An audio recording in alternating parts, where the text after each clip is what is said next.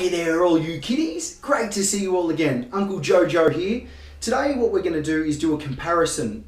Recently I've done a video just on new tiling job and what's a really good tiling job.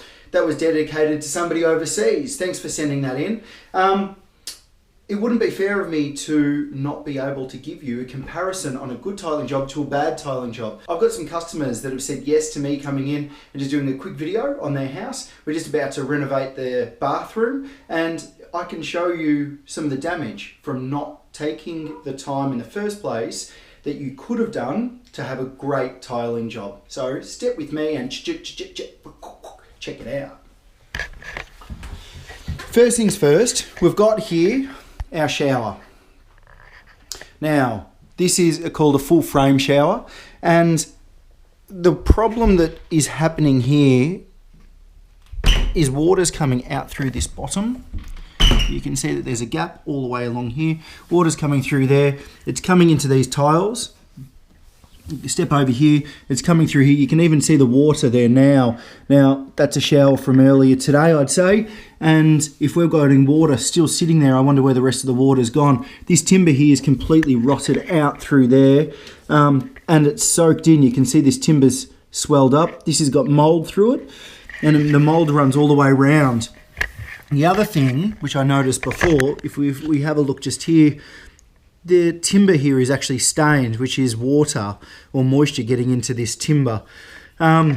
Big no-no, people. When you do something like this, you need to make sure that firstly you've got the wet area and timber separated. That's of the utmost importance. Secondly, you need to make sure if you put timber in this area that it's painted and sealed really, really well. Quick one over here, we can have a look just now.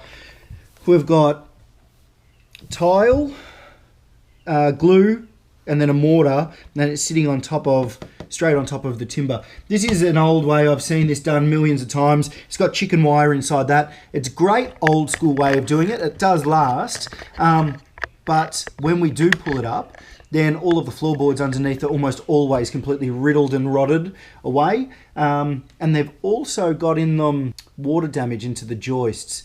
That's when it becomes unstable and things like that. When you do a tiling job or a bathroom job, you need to make sure that you waterproof. You need to waterproof everything, and silicone work. Check this out.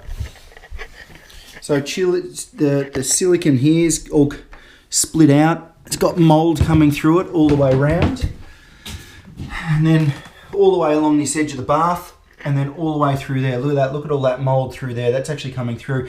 Now this mold here tells me that the water's getting through behind there into the wall, and actually it's damaged whatever cladding system, most probably plaster, going by the looks of things. Wouldn't have been waterproofed, and it would just have plaster there. You can't put plaster behind tile, a wet area. You need to put cement sheet. There is specialist plaster that you can use. It's moisture resistant, not moisture proof. The best thing that you can do for your wet area is to have cement sheet and then to actually waterproof it. Again, no silicone going in, which means it's been soaked into behind and the mold's coming through, which means there's damage behind. There's no silicone all the way down there, all the way through here. Again, no silicone. This is actually loose. I don't know if you can see that well, but that's completely loose, and this floor is all stained here. Again, water damage. You need to make sure when you do something like this. Oh, look at this one. Actually, quick note. On the last video, we had a floor waste in the middle. Now we've got a shower just to the side there, and we've got a heating vent, and there's no floor waste, which means water can go in there as soon as you get out of the shower, or if anything overflows, such as the bath, it's going to go straight into the floor vent.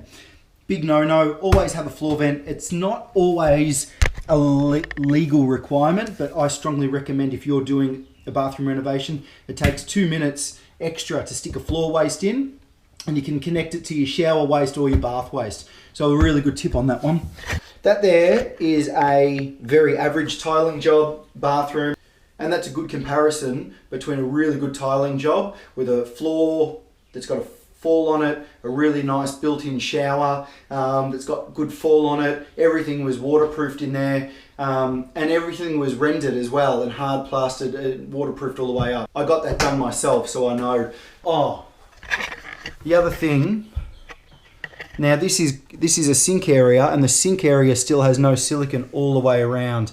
So moisture can get inside here again.